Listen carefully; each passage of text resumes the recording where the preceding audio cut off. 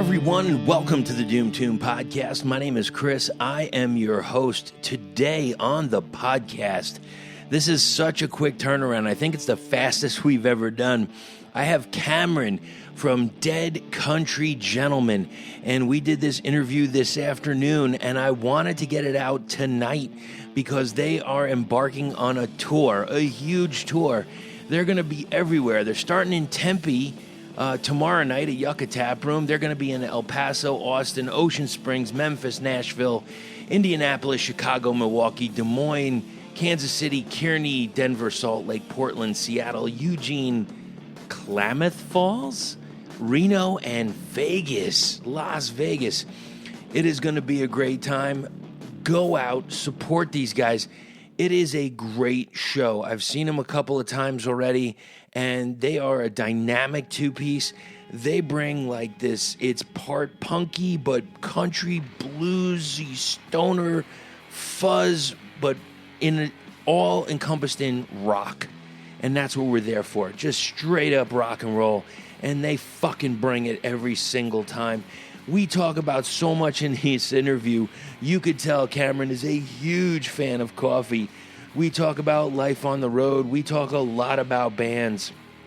All the links will be in the show notes. We talk about influences, maybe people to do a future collaboration with. Gary Clark Jr., if you are listening, I know you're on tour. And as Cameron says, if you want to play a smaller venue, come on by and play with us. But Gary Clark Jr., he is looking for a collaboration with you. Let's make that happen. We talk about so many different things, from BDSM cuddle porn to how to play chess, what the best opener is, or what at least Cameron's opener is, and so much more. This was done just this afternoon, and I wanted to get it up. Like I said, before the tour kicks off, let me shut up. Let's get into this. This is Cameron from Dead Country Gentlemen.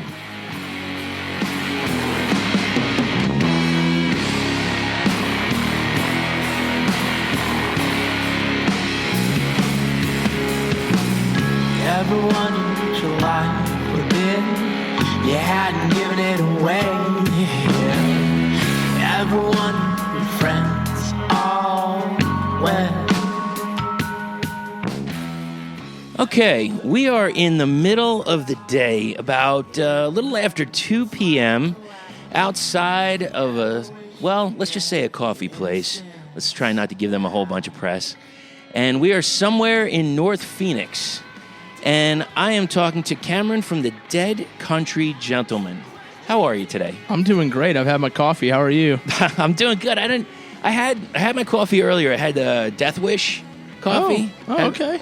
I know, I'm a sucker for strong coffee, whether it's Megaton or Death Wish. There's a new brand that I've been meaning to try called True Cult coffee. I've not heard of it. Spelled KVLT.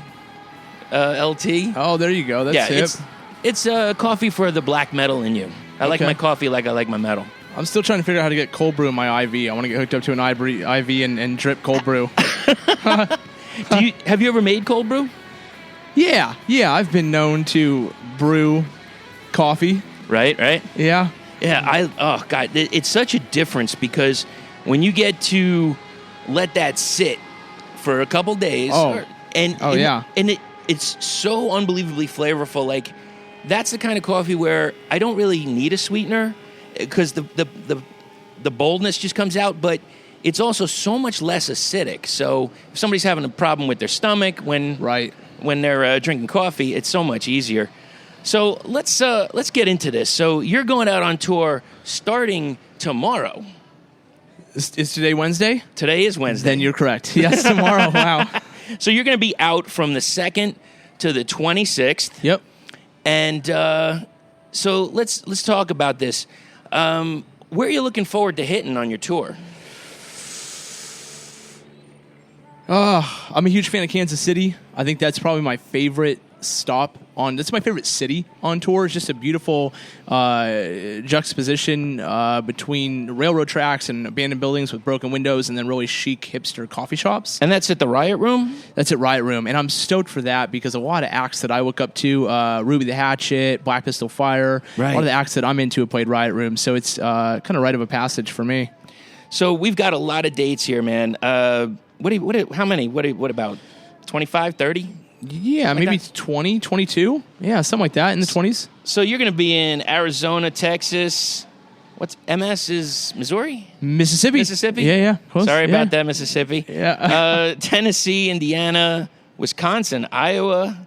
We're going to Wisconsin. We're going to, where else are we going to? And Colorado, Utah, Oregon. Yeah. Washington, Oregon, and Nevada, in Reno, and Las Vegas. Nevada. Gotta correct this guy. On. Wow, that is awesome. That's a big. All right, that's a cool tour. So we're doing in Friday, Saturday, Sunday in 3 days. We're doing 1,600 miles. Whoa, that is a lot of traveling, brother. So let me ask you, because I mentioned this a couple podcasts ago.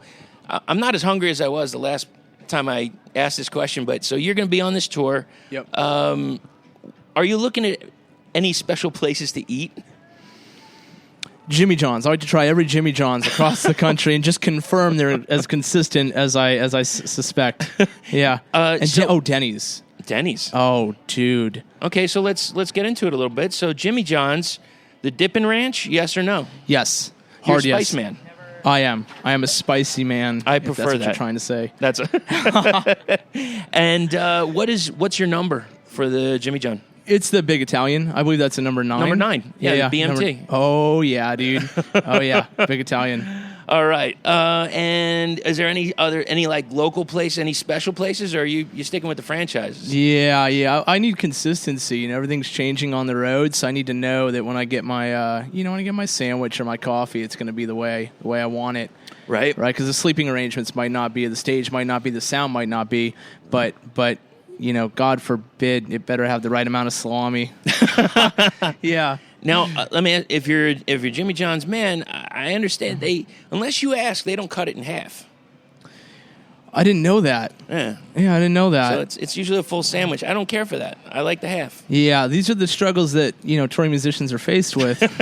we get back to the van and we have to find a knife. Yeah. Yeah, you got to get a knife and you got to bring cutlery on tour. Yeah. Speaking of, so with this tour, I've tried to ask this a couple different ways on some different episodes. What are some of your essentials that you need to bring on tour to make it feel as like kind of like as homey as possible? Baby wipes. Thank you. They know that's the number one answer. Is it really? Number one answer. Family Feud. And the second one? Do you have any idea what the second is? Airborne. What's that? Airborne? Like the chewable vitamin C? No? Toilet paper. The second one is socks. Oh, really? Yeah. Okay. So for your feet. Yeah. Well, yeah. I mean, unless your hands are cold, I don't know. Yeah. But you can put. I'm putting I think I said it on another episode of I'm getting a list together for like care packages. Oh, it's a great idea. And not only for me, maybe I can give one to a band, but maybe if you're out on tour and somebody hears this and says, "Hey, I know you need some baby wipes, so I just want to say here you go. Thank you for the music." Well, yeah. I mean, every time we play, people come up and offer me drugs, but what I'm really out of is baby wipes.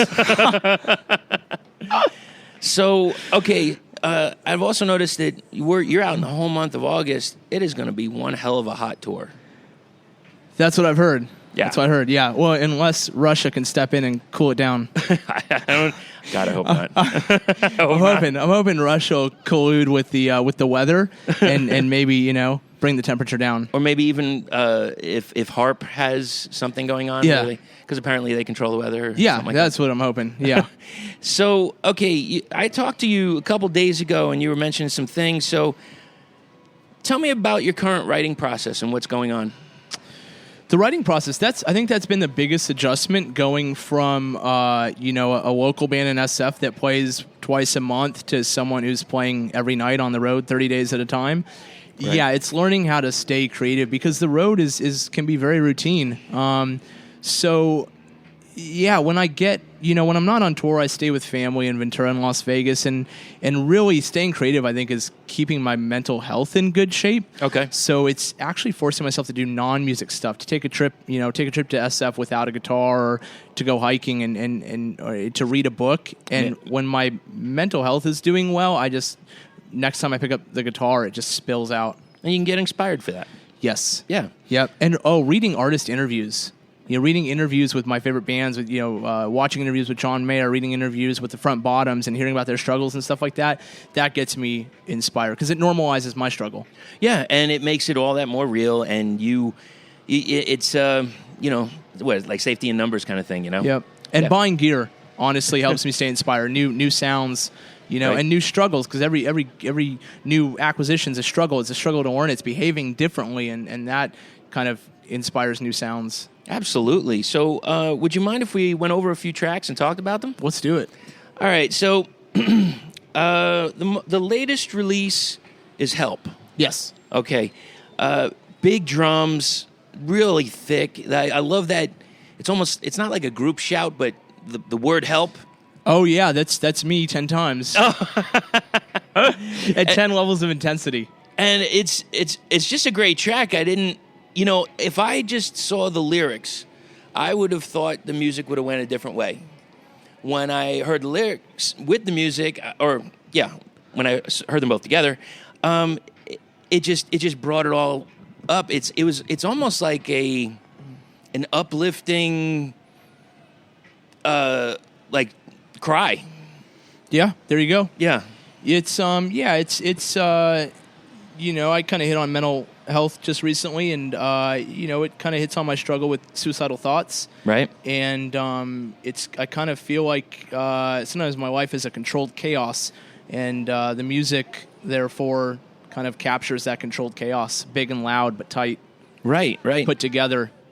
Now you are still a two-piece, yes? Yes. And I noticed in some of the tracks, you do have like keyboards. Yes. Now, yeah. You do you have that? Do you bring that with you on tour? Or do you have like a backing or something? Or we don't. No. I in the words of Bill O'Reilly, we'll do it live. We'll do it live. Yeah, I think when we record, the goal is to provide the best listening experience, right. For someone listening to the track, and because of that, we do add in bass and keys and stuff, right. And then when we come live, it's to present the biggest struggle to ourselves. I like the two-piece in the way that it challenges us, and to cover those frequencies maybe with a phase pedal or a flanger. Find out what are those frequencies and what is the Leslie effect and what can simulate it. Exactly. Now, I noticed that on stage. And I don't know if it's different for every venue, but when I have seen you, you're both facing each other. Yes. Is there a reason? Yeah, it's because Dead Country Gentleman doesn't have a front person. It's just a two-piece. Right. So there's no reason for me to be out front, for the drummer to be in back. They're just as important as me. Okay. Might as well get them up front, As I was looking at it, I was thinking maybe there was something where you're looking for a time change, or like if you're going to expand on the song or something. Does that ever happen? That happens too, yeah. And it's helpful to have that eye contact because, right. Sometimes we want to drag a little bit or kind of hold something out. Just the energy of the room will tell me, hey, this note needs to hang longer, and I can kind of look at the drummer with big eyes, and they get it. Mm-hmm. Yeah, so, exactly. Yeah. So let's go into another track, Wicked Ways. This was the song that got me hooked on you. All the instruments, again, really huge, but that guitar lick, and I said it off mic that I'm not so always familiar, but it's like, it just, that hooked me. And I believe I just put a video up of that lick on my Instagram page. So guys, check that out somewhere and see if you can find it. But yeah, that lick is just, how did you come up with that? I honestly don't. Probably after a lot of coffee. I just get real jacked on cold brew and start writing, and I sit on the floor about 3 inches away from the amp, so it just sounds massively loud and right. all this distortion, and then I feel kind of jittery from the coffee, and I'm naturally anxious, and just riffs just start spilling out. Mm-hmm. So What's your favorite? Do you have a favorite coffee slang term? No, but this sounds good. The juice. Jitter juice. Jitter juice. I like that, dude. Well, I've had people call me Cold Brew Cam. That is kind of my nickname. Cold Brew Cam. Cold Brew Cam, dude. But I like that, the jitter juice. I see something on your merchandise revolving around coffee, and like maybe that cat wide-eyed. Exactly, man. That is me. Okay, so those are two tracks that you have released separately from the previous release, Wake the Dead. Yep. So let's get into some of these tracks here. Well, you know what? Also, I just want to just talk quickly about Help and Wicked Ways. Is that towards something that's coming later? Like, is that going to be on a full-length release, or are those just separate tracks? There is a full-length coming out. A different version of Wicked Ways will be on there, but Help will not. Okay. And it's interesting, you know, when the Wake the Dead EP was put out in 2016, it was actually a 4-piece. Right. And so we fully produced it with lead guitar and pedal steel and just really went balls to the wall with production. And then with Wicked Ways and Help, we wanted to do exactly what we're doing live. Right. And so Wicked Ways and Help is just drums and guitar with maxing out the low end. Mm-hmm. But in looking back, the producer and I that I work with, George Rosenthal, it became clear that we're not really giving the best listening experience by just recording drums and guitar and then boosting 60 hertz. Right. So the album coming out in the fall is going to just be a much more polished, refined sound. We said, let's not worry about recreating it live.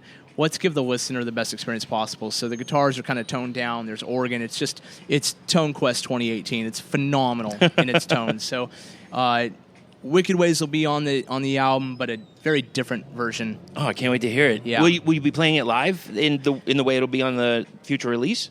I think the live version is going to be similar to the version that's out now, just really heavy and in your face. Oh, I can't wait to check it out. I'll be there Thursday night, and I guess everybody check it out through the month of August. Find them somewhere. Go see them.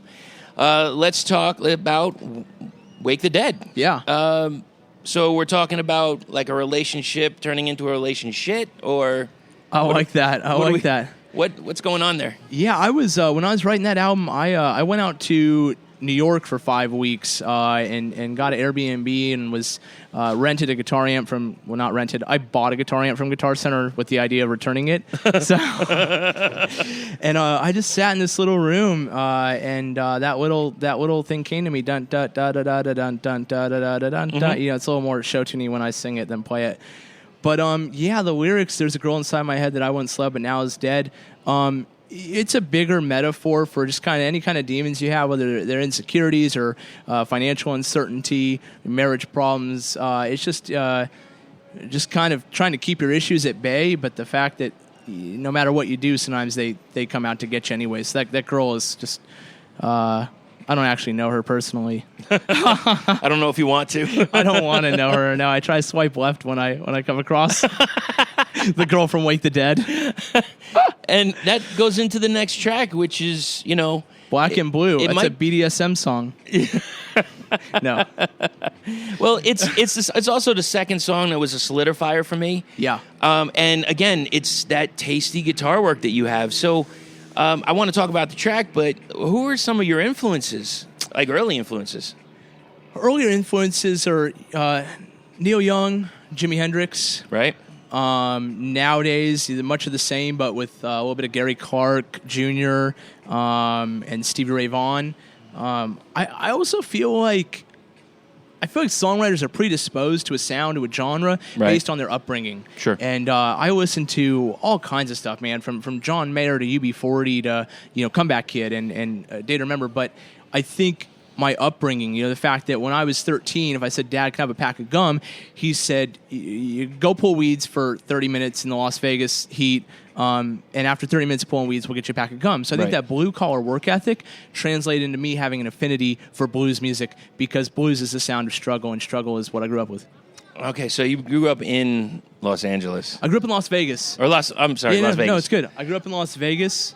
And the early years were very unpredictable. Right. Living in a trailer park. Double wide? No, single wide, man, with no AC. Oh, in Vegas. Yeah, it was gnarly. It was gnarly. Now,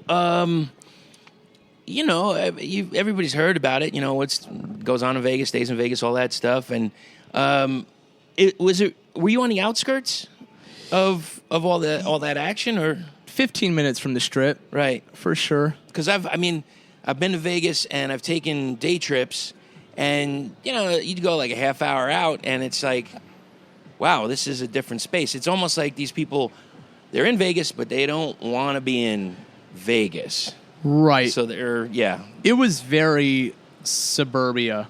Okay. For sure. I think the trouble I got into is not specific to being in Vegas. It's just the kids on the street wanted to get into some more trouble. Sure. So we were under 18. We didn't go to the Strip or do anything like that, but our parents worked till 6, and so we were able to throw water balloons at cars and get high. Yeah. Sorry about that if anyone's listening. Hey, it happens. It happens. So we used to blow up mailboxes too. Really? Oh, dude. Oh, you can get fireworks pretty easily, on the Indian reservation just right outside of Vegas. Sure. And you get, relatively dangerous fireworks, but if you wrap them in duct tape and you pound them thin, you get actually dangerous fireworks, and they'll blow the lid off a mailbox. And how many do you think you took out? 4. It's pretty sweet. Yeah, hey, blow it up. Yeah. So, what can you tell me about Black and Blue? It's about navigating unhealthy relationships, right? Being mistreated, and then I also write songs about mistreating, which is Crooked Smile. Mm-hmm. But yeah, Black and Blue is about that, and it's just I came up with that tasty blues lick, which someone recently showed me sounds a lot like a Hall & Oates song, which is really cool. Which one?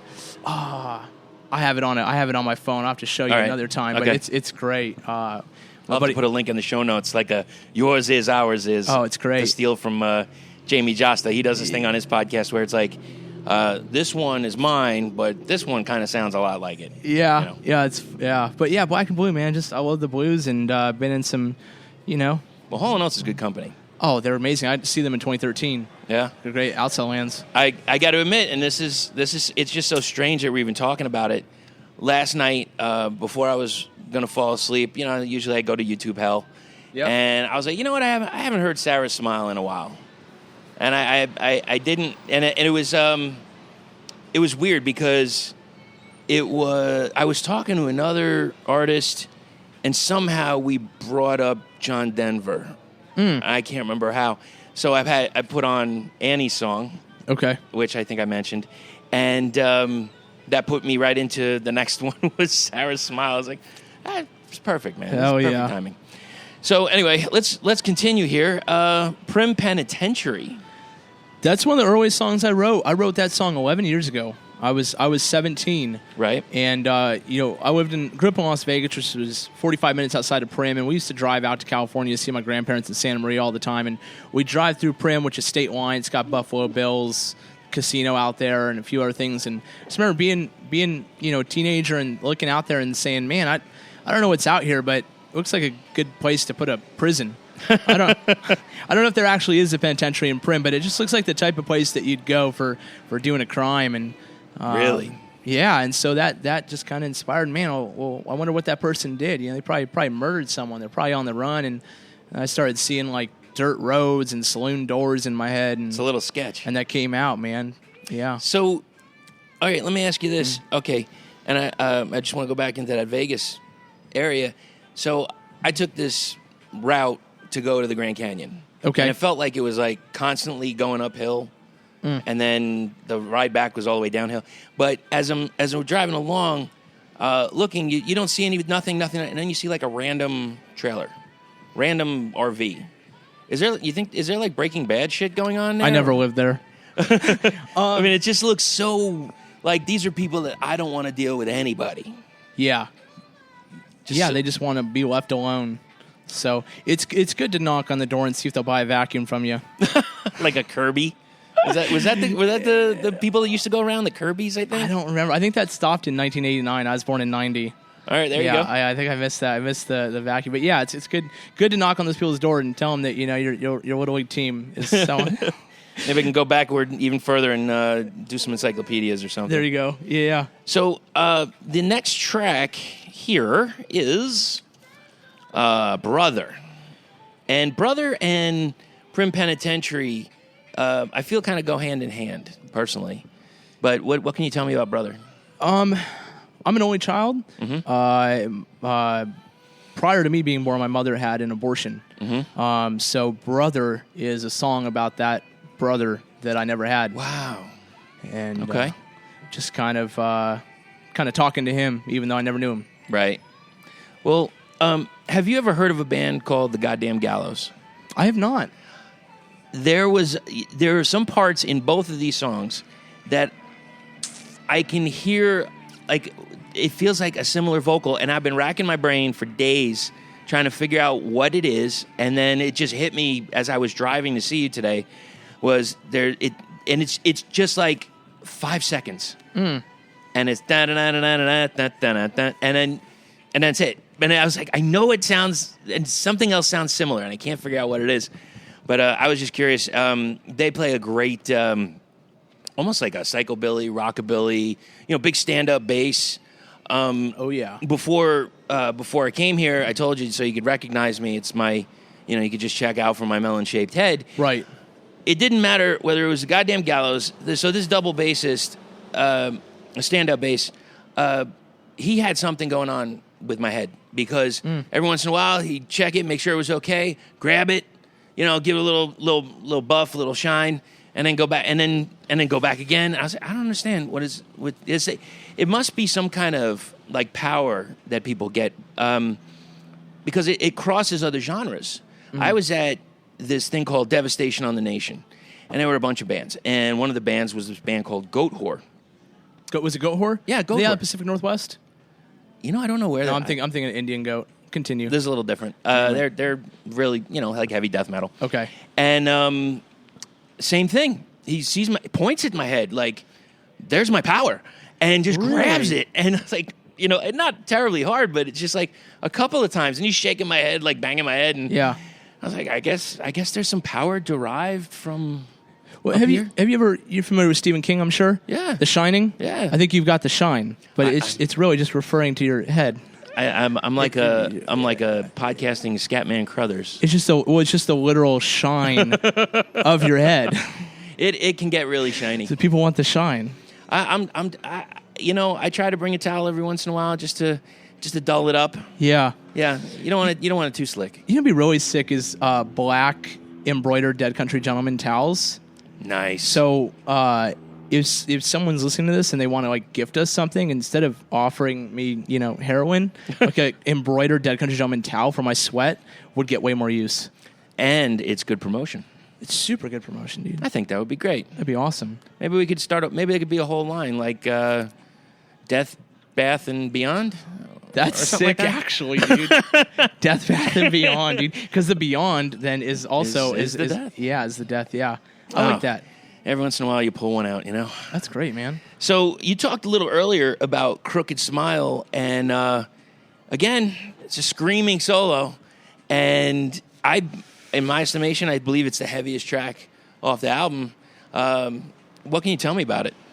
Well, I can't take credit for that solo. My guitar playing was not where it is today 2 years ago. That's Adam Dragland, a good friend of mine who lent his time on that album, and that album wouldn't have been possible without him.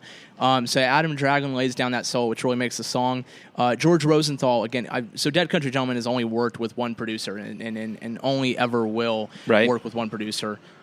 He's the man, and he gets our sound, and so he had all kinds of cool ideas, and I think a big part of why it was so heavy was that. And I was listening to Cope, which is a Manchester Orchestra album at the time, which is pretty heavy, and so that's kind of where the heaviness came together. And then the subject matter, I read a lot of kind of angry blues songs, about being mistreated, and then I said I should hold myself accountable and write an angry song about my wrongs. So in the future release, what are some subjects you're going to tackle? So this album kind of has a theme. So one song, Hope, which we've been playing live a lot, starts out with they lived together in a house upon a hill, their kitchen cabinet filled with old prescription pills. She'd fall asleep to his light blue eyes. He likes the sound of sirens and white lies. Oh. So it goes on to talk about, the mother being murdered by the father, and then the oldest son murdering the father in retaliation, and the whole album has this cool theme about this dysfunctional family, which I found easy to write about. Right. Yeah. It just makes sense. Yeah. So the whole album kind of has a theme about this family, emotional, physical abuse. Okay. All right. They say writers write best from experience. From experience. So that was a thing. That's what I do. Mm-hmm.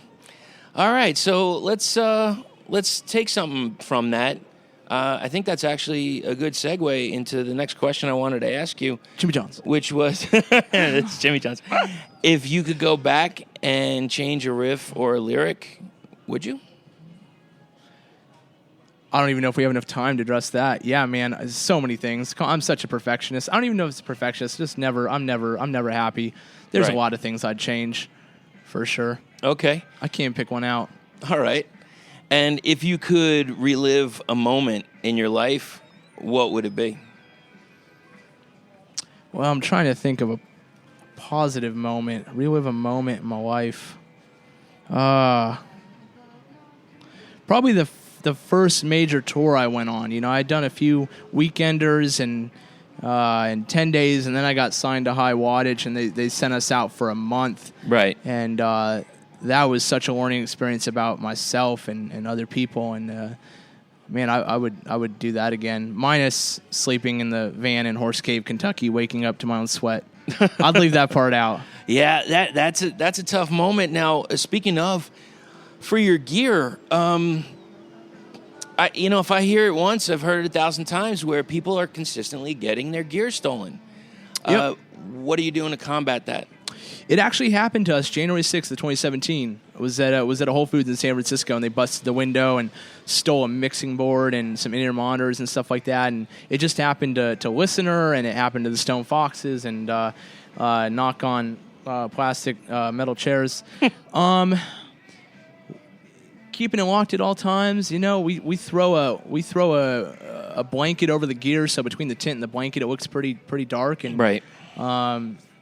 Being in San Francisco, there's a lot of break-ins. I tend to be pretty savvy. I Right. can tell when an area is sketch, and worst comes to worst, you just sleep in the van with the gear. It's the best kind of security. Yeah, I've heard that from several other bands where they say it's the best way. It sucks because somebody's going to be sweating their ass off that night. Two other things. Sometimes we just take the gear in with us. Where we're staying, we just carry it in, and that's a. Can I curse? You can say whatever you want. That's a bitch.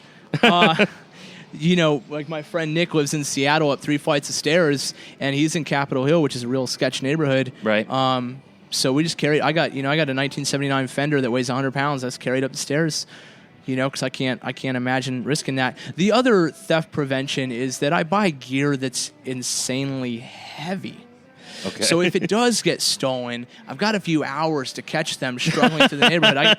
I play an Ampeg 810 bass amp, which is a bass cabinet, which is 165 pounds. Right. And then my vintage Fender is about 95 pounds. Wow. So just play ridiculously. Yeah, I think I'm going to tape a few bricks to my guitar too. So it slows them down. Well, of course, and I'll say it again at the end, but I do wish you much success on this tour, and I hope none of that ever happens again, because it's kind of just fucking disgusting. It's like just, and I've said this before, buy your own shit. Like, yeah. Why? Is it seriously? Yeah. Because I have heard it from band to band being stolen, and it just doesn't have to be.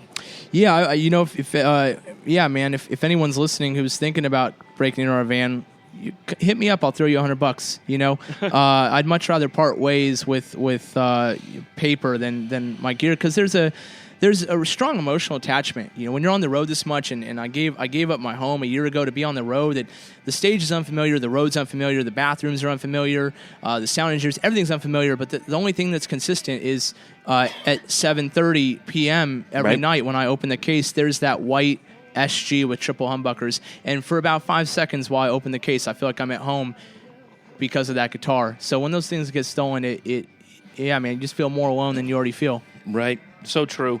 So now, speaking of, you mentioned about different places and etc. This is a throwback. There was this gentleman. I call him a gentleman. Miles from Red Wizard. Okay. He had a question, and I think it's apropos to ask you right now, and that is, where is the worst place that you've had to take a shit on tour? Wow. We play some divey venues that take the locks off the doors. Yes. You will see one Thursday night.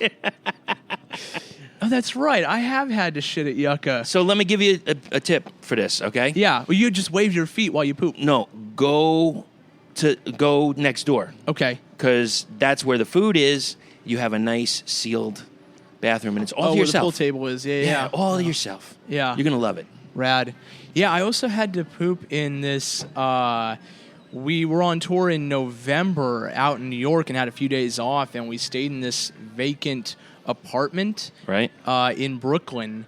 And whoever the previous tenants were, they just didn't care about their deposit, and they just left it in a filth. I mean, there was kitty litter, and there was canned food, and there was just stuff everywhere. We actually scored an old iPhone, too, in a square reader. It was kind of nice. But in the bathroom, there was cat poop on the bathroom floor and just flies circling it. And I remember taking a shit in this apartment in Brooklyn with flies circling this cat poop and thought, You'd think they'd go after yours because they might want a hot lunch instead of a, nice. instead of something a little stale. Yeah, and there's cold brew in mine. Yeah.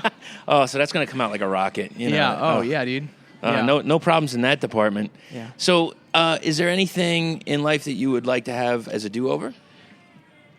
Locks on the stalls of the bathrooms. I want to do that over. And so you touched on gear. Is there any other gear that you have anywhere else, or something that you're specifically fond of? No, man. Well, to the first question, like gear that's not with me. No, man. All my gear is with me. Okay. Is my mic on? Yeah, it's on. Okay, gotta make sure people hear me. Only child. Yeah, I everything I have, I use. I don't keep anything at home. If I'm not using it, I sell it on Reverb and buy something I'll use. Everything I own is with me. And then what was the second question? My favorite piece of gear?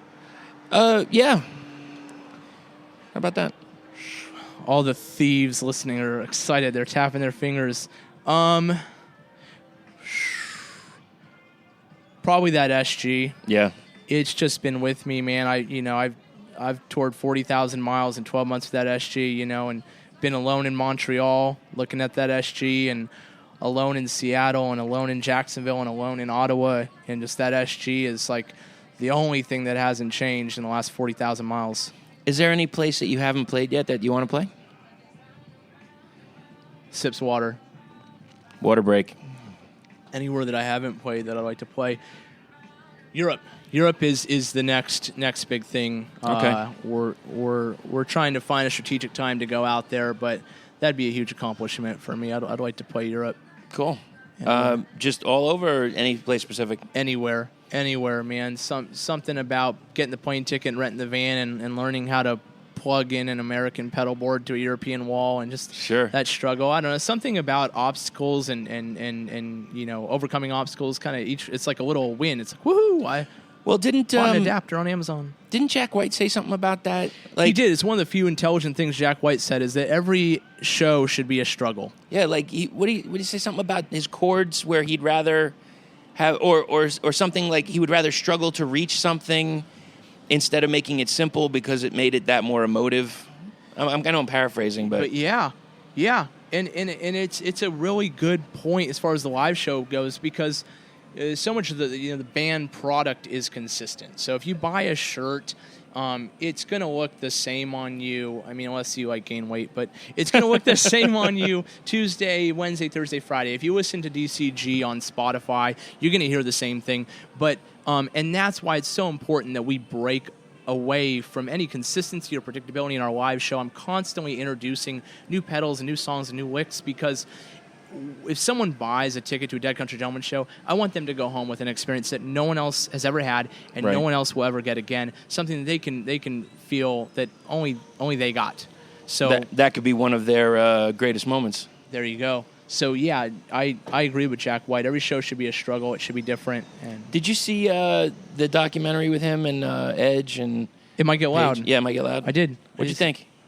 I thought it was really cool. I was a huge fan, especially he builds that instrument or whatever. Yeah, right in the beginning. Starts playing. It's really cool. I mean, coming from somebody that doesn't play, I was kind of surprised at the Edge with the amount of effect that was being used. I really never even thought of it. I never gave it much. Tone is an art. Right. And that's a really fascinating thing. You know, playing guitar is one skill, but tone is another skill. And there's, you know, the order of your pedal chain, you know, certain frequencies, and, you know, whether you EQ after the fuzz, EQ before the fuzz, right. Delay. Are you going to have triplets? You're going to have quarter note delays, and, you know, or you want the echoes dark or bright. And that's a beautiful art because it's art that people don't hear. It's art that people feel. Agreed. Totally agreed. Yeah. It's, and I think that some people could struggle with it for a long time. You know, I've heard, and I don't know if you've heard of this. You know, you're a two-piece. Yep. And sometimes it's for other two pieces, it's just not there. There's something missing. Yep. Whether it's with the bass area or whatever it is, it's just something's not coming through.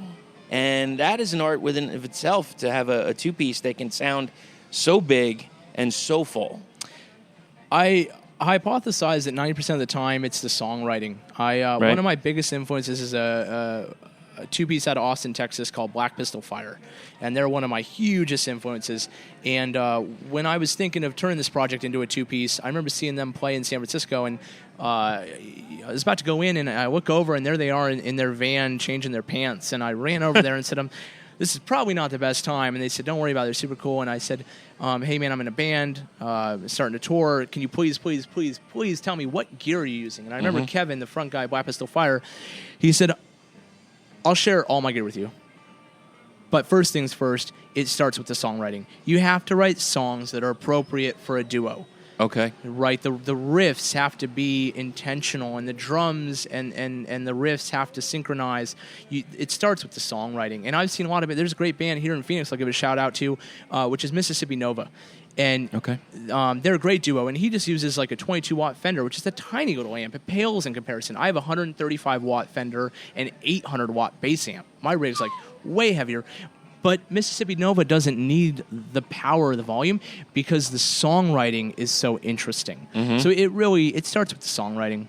What do they lend themselves to? What genre? Blues rock. Okay. Rock. We split a bill with them at Rogue Bar a few months ago, and they're super cool.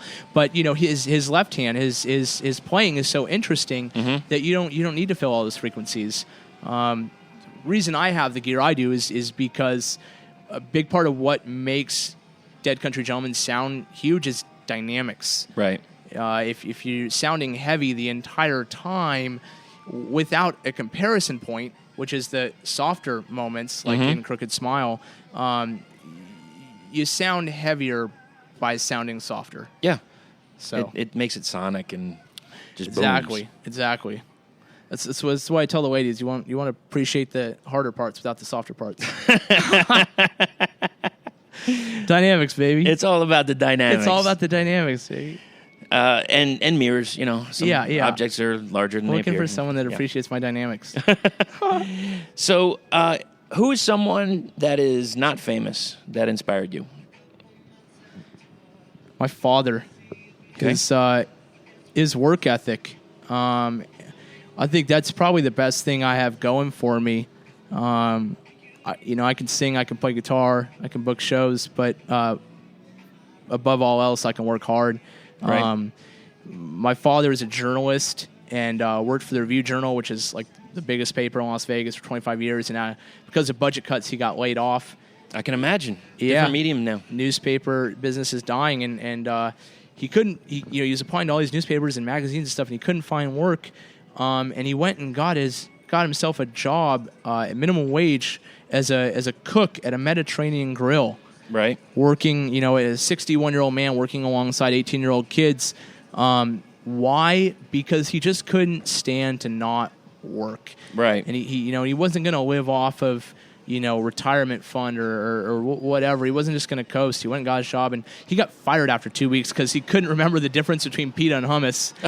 I was going to say, at least you got some good hummus. No, definitely not. This is a man that stuck a thermometer in our mac and cheese when I was 7 and broke the thermometer, and we couldn't eat the mac and cheese. I mean, this man couldn't. This man burns cereal.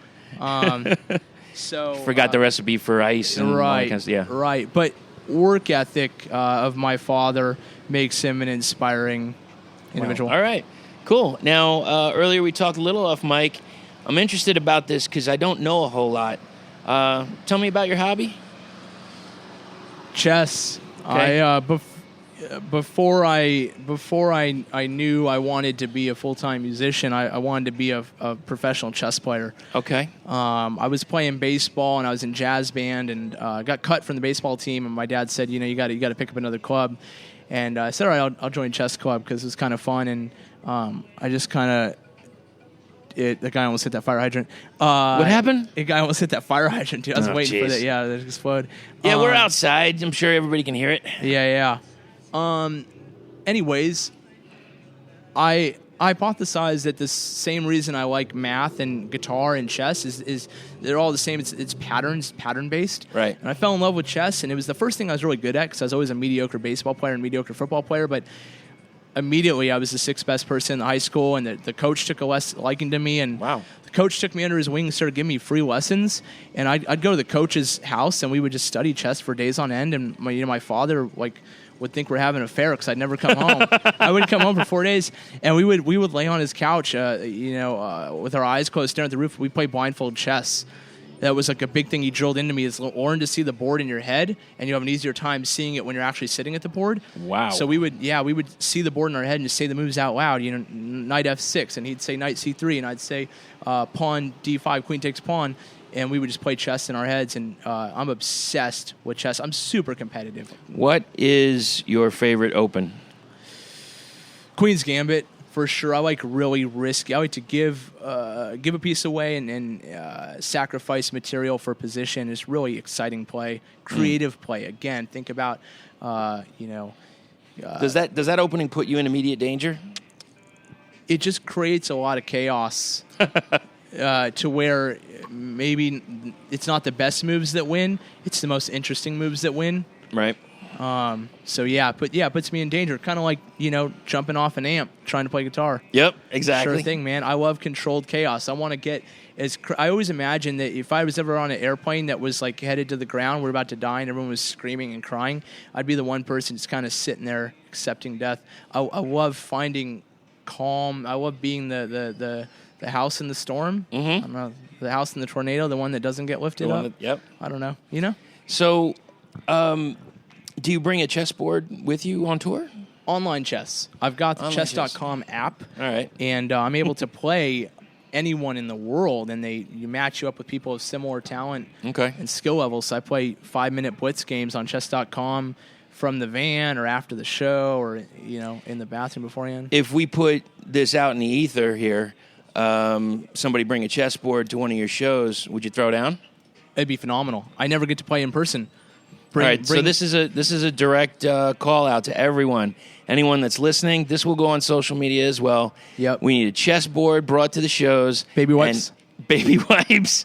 Socks. Socks, baby wipes. And preferably strong coffee. Yep, that's what I like. People have preconceived ideas of who someone is based on their appearance, right? So, like, I'm playing in SG, and I've got tattoos, and I get all these wild offers for, parties and drugs and stuff like that, and I don't know. I'm trying to figure out if I should give people that and just be who they want me to be, but I'm not. I'm kind of like this kind of awkward chess player, coffee drinking chess player. You are what you are. There's nothing wrong with that. Bring a chessboard. I'll be stoked. Look, for all the music I play, you know how many people I talk to that have hair, just hair, just a little drop of hair, and I got nothing. So.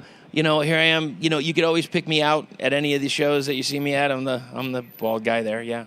I thought you were security. I thought you were going to remove me from the coffee shop for loitering. Sir, you can't sleep here. I don't want to sleep here. I don't know where to go. So let me talk a little bit about your logos. The last time I saw you had it was like a cat. Yep. And it had like a upside down inverted cross. Yeah. Yep. That's another misconception. So. When St. Peter was crucified, he didn't feel worthy dying the same way that Christ died, and he asked to be hung upside down. Right. Because of that, the inverted cross is actually a sign of humility. Mm-hmm. And that's a big part of who I am. Right. And and so I have the inverted cross on all of our stuff as a sign of humility. And a lot of people think that we're, anti-religious or anti-authority. And again, that's not the case at all. We're really humble and hardworking. That's why the inverted cross is on there. There you go. So is that the logo that you're still using, or is there something else that you're... Still, for now, it's the cat. It's the cat with the inverted cross, which is actually a hand tattoo. There it is, right it's there. It's a hand tattoo, and I got to thank Paul Dobleman at Spider Murphy's in San Rafael in the Bay Area. He did that tattoo, and he was kind enough to let me use it for the art and no longer profit from it, which says awesome. A lot about Paul Dobleman. Yeah. Who's like way more famous than me. He's pretty big in the traditional tattoo world. So what merch are you bringing on tour? What can people look forward to getting? Black baby wipes. We've got 3 T-shirt designs, 4 different colors. We've got these rad hats that say "Make America Dead Again." And those sell well. Those are $20, and they go straight in the gas tank. Which is a big thing I want to mention is that we're doing 8,000 miles in 30 days. Mm-hmm. It's wicked expensive. We're looking at ballpark $1,200 in gas. I just want to mention that anyone who buys merch, that money goes straight in the gas tank. It really does, man. We're not screwing off with drugs and bullshit. We got hats. We got another hat with the cat on it. We got stickers. Those are free. And we got patches too. Awesome. Into that. So yeah. Okay. Well, we'll look forward to that. Are you bringing out any of your music? We sold out of CDs on the last tour. Okay. The CDs we had were the Wake the Dead EP, which isn't really representative of what we're doing right now. Okay. So I didn't do a new print of those. So right now, no CDs. Okay. Cool. What was the first song you ever learned? House of the Rising Sun. Boy, was that a doozy. My stepmom, Avis, bought me a VHS. You know what that is? You heard of those? Hey, I'm a lot older than you are. Vertical. What are they called? Vertical hypnosis. VHS. What does that stand for? Video home something. I don't know. Wait, VHS. Very horrible surroundings. Yeah, that'll work. That's what it is. So anyways, now I gotta look that up. Yeah.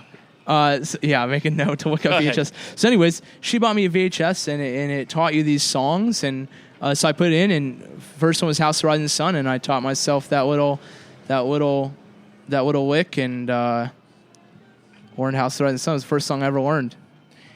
And did that define? Were there other songs of that era that you got turned on to because you learned that song, or? Stand By Me was also on that, and Pretty Woman was on that same VHS, so I was learning those too, and those were all very appropriate. Those were all playing in the car when I was 6 years old, 7 years old, riding around California with my mom. Sure. So, okay, let's shift a little bit. Can we shift to the bathroom at some point? You want to shift right now? Shift. You want to take a shift? Shift. Can we shift? We can shift. Okay. All right, we'll put this on pause. We'll be back in a minute. While we're taking a break, let's hear one of the more recent tracks from Dead Country Gentlemen. This is the song Wicked Ways.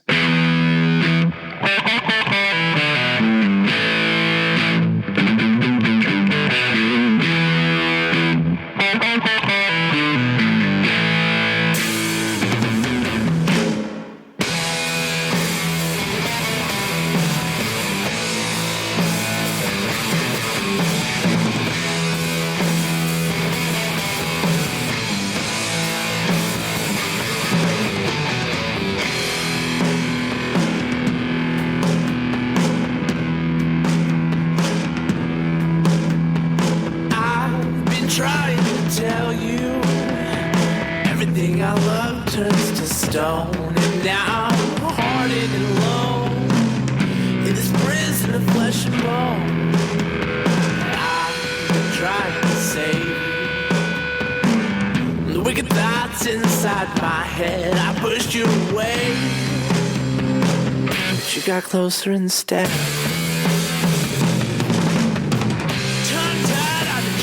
Tell you that it's not your fault, no, it's not your fault. Not all prisons are made of heart. Sorry that I locked you up in arms.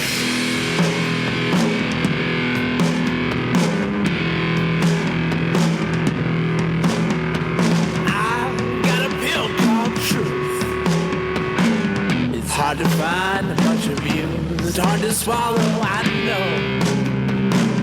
I keep it from you so you don't choke. So I'm trying to trick you into thinking that I'm just fine. I smile and say I love you with someone else is on my mind. Tongue-tied, I've been trying to tell you that it's not your fault. No, it's not your fault. Not all prisons are made of bars. I'm sorry that I locked you up in arms.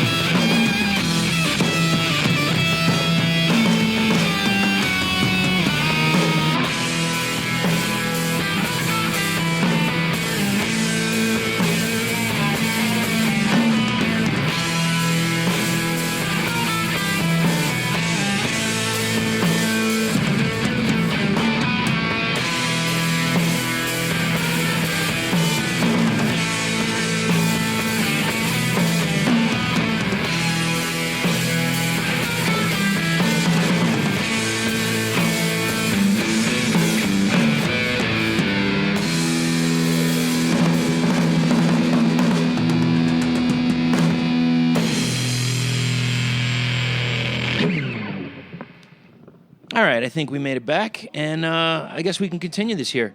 And what a great question to continue. What's the best thing in your life right now?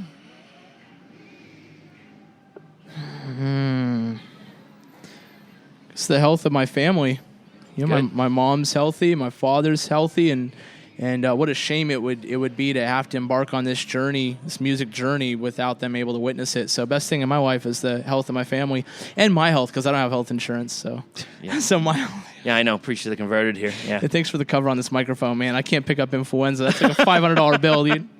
That's why we need some. What is it? What'd you call it? Was it airborne? Airborne, dude. Airborne is they're the tablets. The same thing as emergency. It's like the competitor to emergency. Right. I take those pretty often to try and stay healthy. You got to keep up, dude. It's a lot of time, and it's physical, it's mental. There's a lot of things that can break down. And my immune system takes a dive when I don't sleep well, and on tour I'm not sleeping well. Right. So I'm not sleeping well. I'm sharing microphones in every city. It's so easy to get sick on tour. Sure. So I want to be sick, but not sick. Hey, I see what you did there. Yeah. If you were to have your music featured in either a genre of movie or a franchise, what would it be? BDSM porn. Really? Oh yeah, Black and Blue. Black and Blue. Okay. Yeah. Okay. That'd be I'd be so humbled. Would you like them? Would you like that portion to be like in slow motion, or just in regular time? Yeah, slow motion. Slow motion cuddling though, like no intercourse. Right. Slow motion cuddling. Dead Country Gentleman played over the top of that. That'd be phenomenal. BDSM cuddling. That is something that we have to search. That's going to be a search, along with VHS. And let me tell you, while we were on a break, so I took a look, and I'm so stupid. I should really know this. Video home system. No, that doesn't sound right. It's a video cassette format, but it's patented by JVC. Now, it's weird. Why would you have this tape holder thing? It's not a system. Yeah. It's like a cassette tape. So, like, shouldn't it be like VHT? Now, I don't know who your source is, but are you sure it's not Vortex hibiscus siphoning? It could be. It could be virtual high school. Virtual high. But The one that I liked was viral hemorrhagic septicemia. There you go. Now you got it. That's an issue with fish, specifically salmon. Yeah. So in case you didn't know, but while we're on tour, Yeah. maybe you could even call it the VHS tour. Very high strength. Oh, I like that. Very nice. Well, everything is going retro these days, so I think we should start instead of doing CDs or downloads or even vinyl, we should just do VHS recordings. We'll just sell VHS at the merch table. Well, why do that? Why not go beta? Of our songs. Yeah. Go beta, or I'm waiting, and some asshole is going to come back with, I think we should start selling reel-to-reel again. There you go. I think that's going to make a comeback. Oh, well, yeah. No. If we sell one at $500, we have to sell another for the next 3 weeks. That's it. Yeah, that's right. Oh, man, that's perfect. Now, if your life was to be a movie, what would the title of it be? Cuddling bondage porn? Or? No Country for Old Men. There you go. If my life was going to be a movie, what would be the title? Yeah. Oh, man, I came up with a good one recently. It would be, I wrote it down somewhere.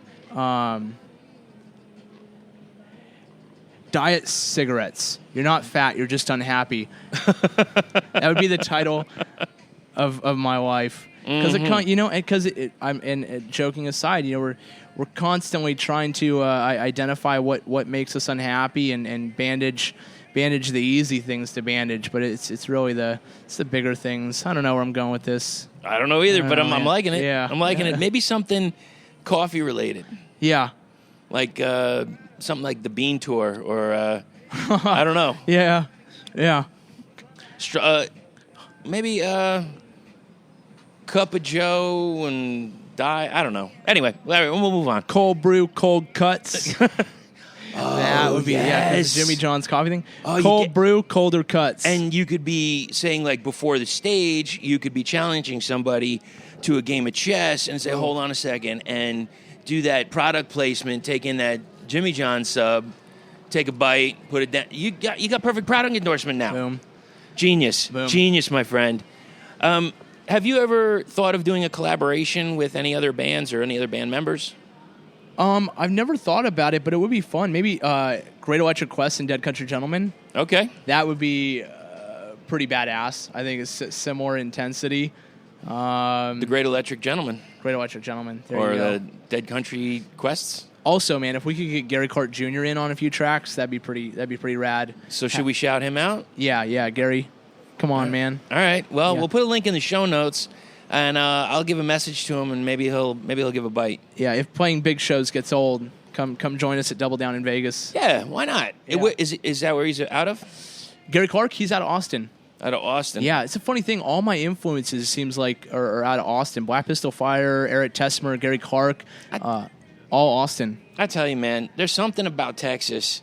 Granted, I guess part of it's just it's so big. Yeah. But there are so many great acts that come out of there, and we've had this discussion before. I don't know whether it's probably something in the sweet tea that does it. I don't know, or the barbecue. Oh yeah. But something gets you. Now you're gonna be in Austin in a few days. You're in a Hole in the Wall.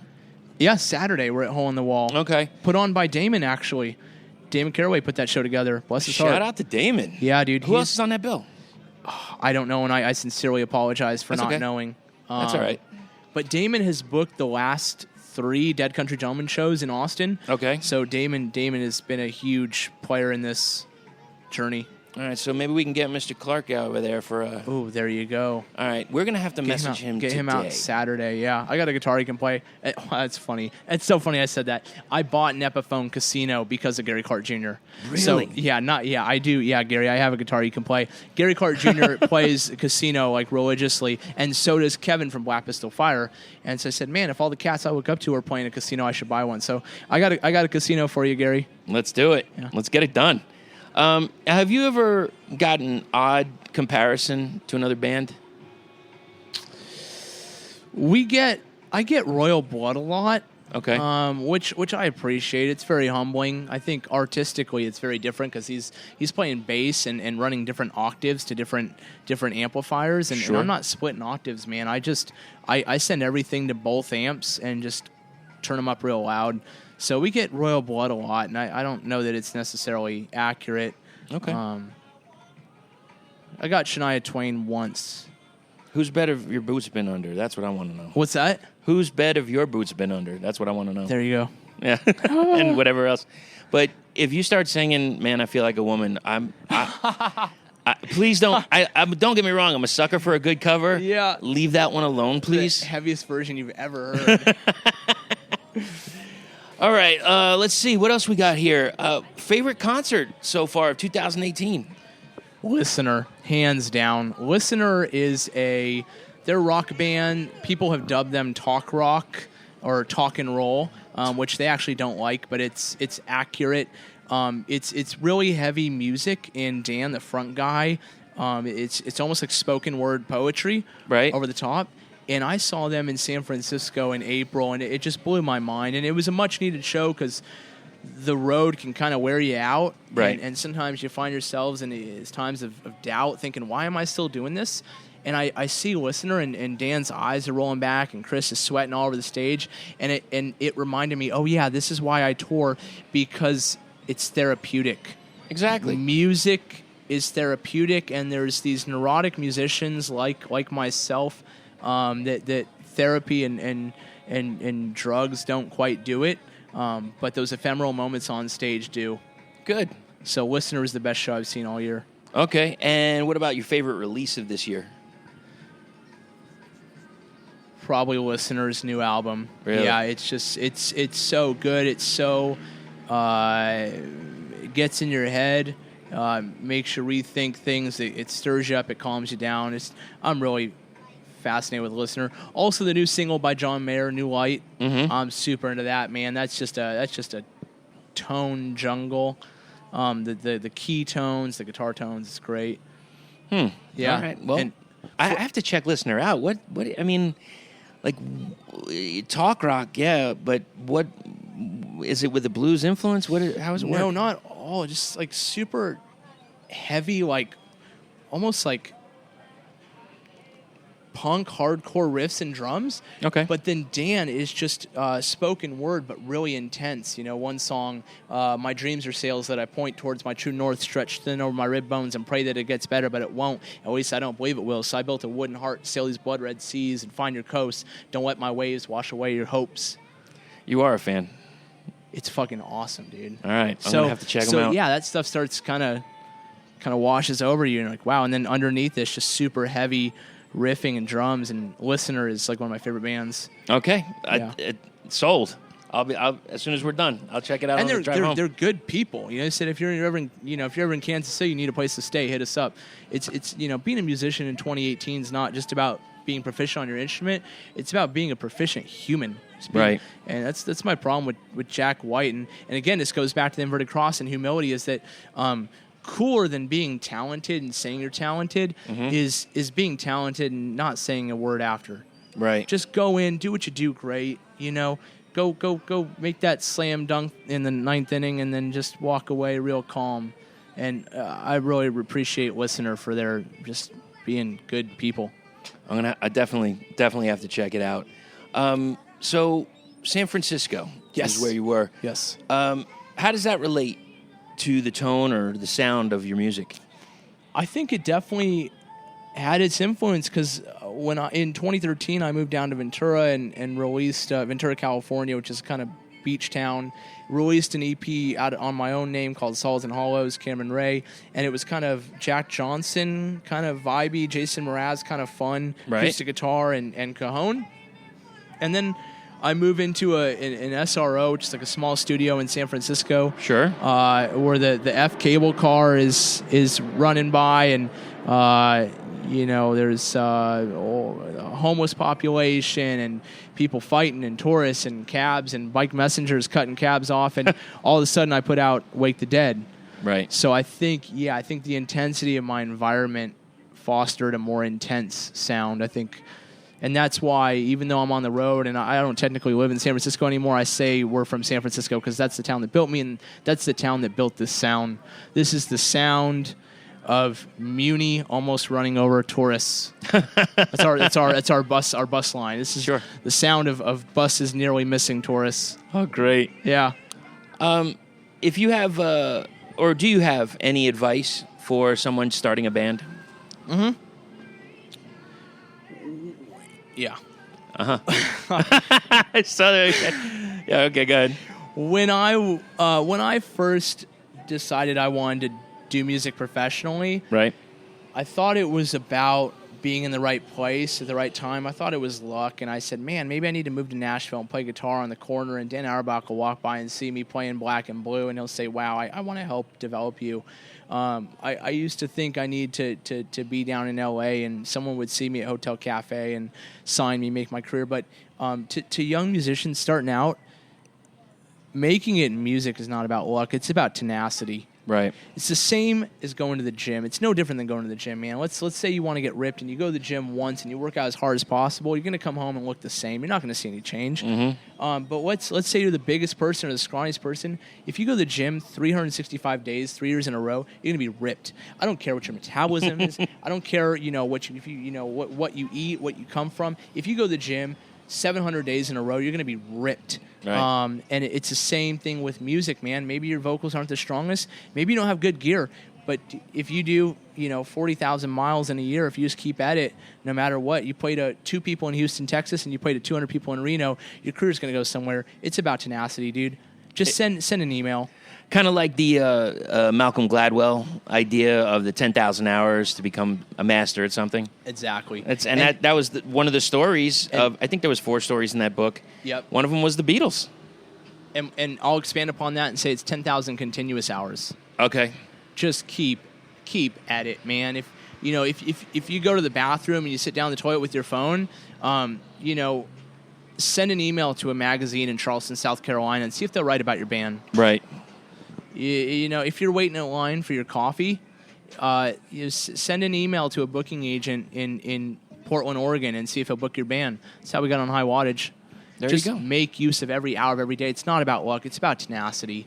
I saw it. I believe me, as we're talking and previously, you got your book and you got your ideas, and that thing is filled, dude. So there's a lot going on. Yeah. And I appreciate you for it. I mean, I just think that's fantastic that people still have that great work ethic. I think that's really important. Do you have any favorite quotes? No one ever told a good story about how they stayed home. Nice. It's my favorite quote. I love it. And it's in all walks of life. If there's, if there's a girl that you think's out of your league, so you don't stop her, you should have stopped her. No one ever told a great story about how they didn't chase the love of their life, or right. if there's a road trip, or if you get offered a U.S. tour, if you get offered to play drums on a U.S. tour with a band Dead Country Gentlemen, and you're kind of nervous about this tattooed individual from San Francisco, no one ever told a good story about how they skipped a DCG tour. So yeah, just take chances, man. If you want to get tattooed, get tattooed. If you want to get piercings, if you want to date a different gender than you've ever dated, right? Yeah, man. Try it out. Collect stories, not items. Exactly. What was it? Wayne Gretzky? He said you miss 100% of the shots you don't take. There you go. Exactly. There you go. I don't know if you want to answer. If you're not, just say pass. 5 words to describe yourself. Tenacious. Mm-hmm. Humble. Mm-hmm. Passionate. Anxious. Passionate. And caffeinated. Exactly. Which is why I forget. Yeah, because we can't count to 5. Last question, just a quick thought. And I've been horrible at this, and I'm trying so hard. I just not keep tinkling forgetting. when you sprinkle. That's it. You got to be a sweetie and wipe the CD. Do you have a question for me to ask the next band? I don't know who it's going to be. I think it's going to be Worshipper, the band, but I'm not sure. If you were going to die right now, what's the last lyric you'd ever sing? Beautiful. I think we'll end it there. Right on. Powerful, man. I really enjoyed talking to you, and I wish you so much success on this tour and future success forever and ever. from the bottom of my heart, thank you so much for having me. Thanks, brother. Take care. I sincerely want to thank Cameron for giving me his time. I wish them so much success on this tour. What a great guy to talk to. Great interview. Had such a good time doing it. Go check these guys out on tour. They put their hearts out, and they just bring it every night. Let's check out the most recent track from them. This is Dead Country Gentlemen with Help.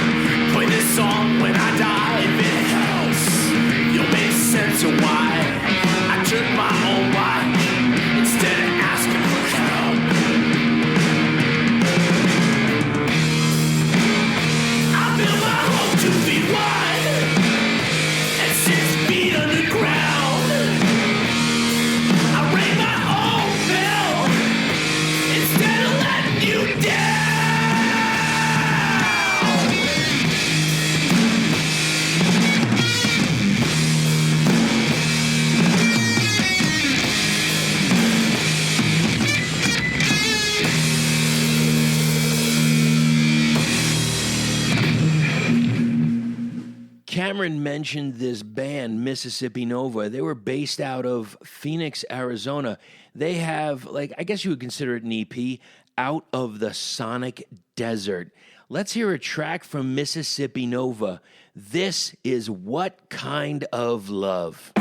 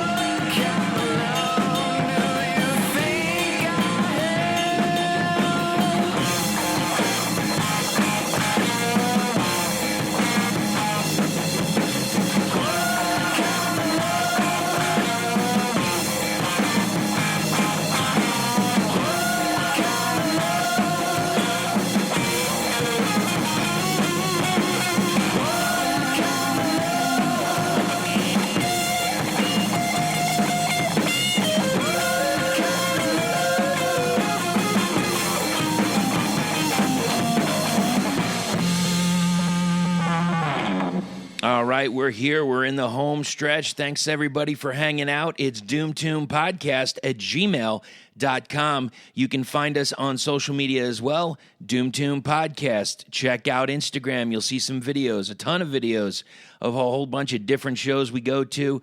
Gives a little hint as to who I'll be interviewing at one point or another. So until that time, the next time, the in-between time, enjoy yourselves, keep going to the shows, buy some band merch every once in a while, and don't forget to stay heavy.